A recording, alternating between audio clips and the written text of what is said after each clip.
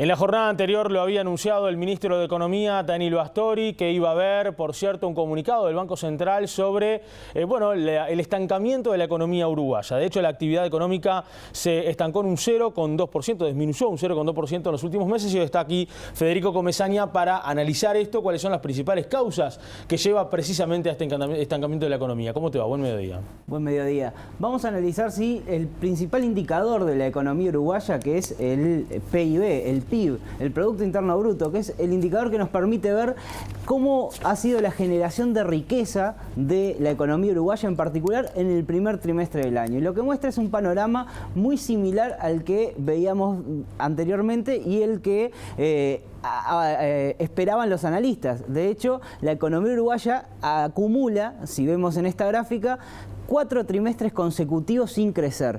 Por eso es que se habla de estancamiento de la economía. No es que la economía no produzca, sino que mantiene los niveles de producción que tenía desde el primer trimestre del año pasado.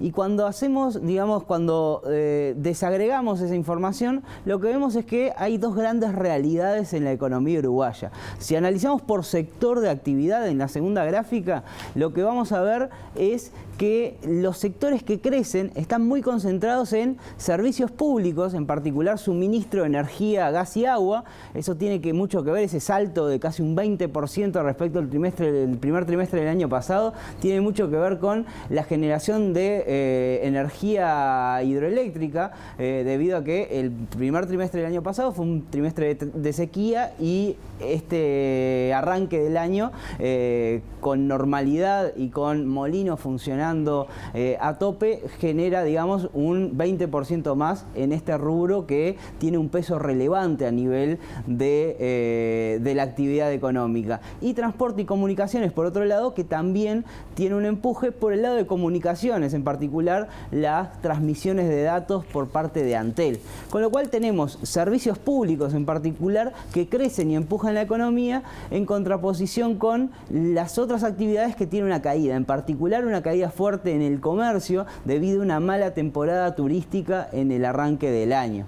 Cuando analizamos por los grandes motores que tiene la economía, en la segunda placa, esto queda un poquito más en evidencia, porque justamente vemos que lo que está creciendo a nivel de la economía son la inversión pública y el gasto público, en contraposición con el consumo privado, la inversión privada y las exportaciones que están en caída. Tenemos dos realidades, un sector público que empuja y un sector privado que se encuentra en caída, y los grandes números lo que muestran justamente es un estancamiento de la actividad. El problema es que ese es el sector público el que genera puestos de trabajo, y las actividades, perdón, el sector privado el que genera puestos de trabajo, y el sector público a través de estos suministros de servicios, y en realidad es muy poco probable que puedan generar los puestos que compensen esa caída del sector privado, que hoy impactan sobre los indicadores del mercado laboral. El derrame, digamos, para el bolsillo de los uruguayos termina siendo muy acotado de esos sectores que crecen, en contraposición con los otros que muestran, digamos, que están empujando a la baja, en particular los indicadores del mercado laboral. ¿Qué tendencia se puede esperar, Federico, ante esto? Bueno, los analistas lo que esperan es que el estancamiento o un muy leve crecimiento continúe a lo largo del año, y en particular esperan que el año que viene ese crecimiento no supere el 2%, con lo cual estamos hablando de un escenario que genera desafíos para el próximo gobierno, que va a asumir no solo con un escenario fiscal complicado, sino con un crecimiento muy leve que no va a impulsar indicadores como el empleo y la inversión, que hoy están en cierta medida en la línea de fuego.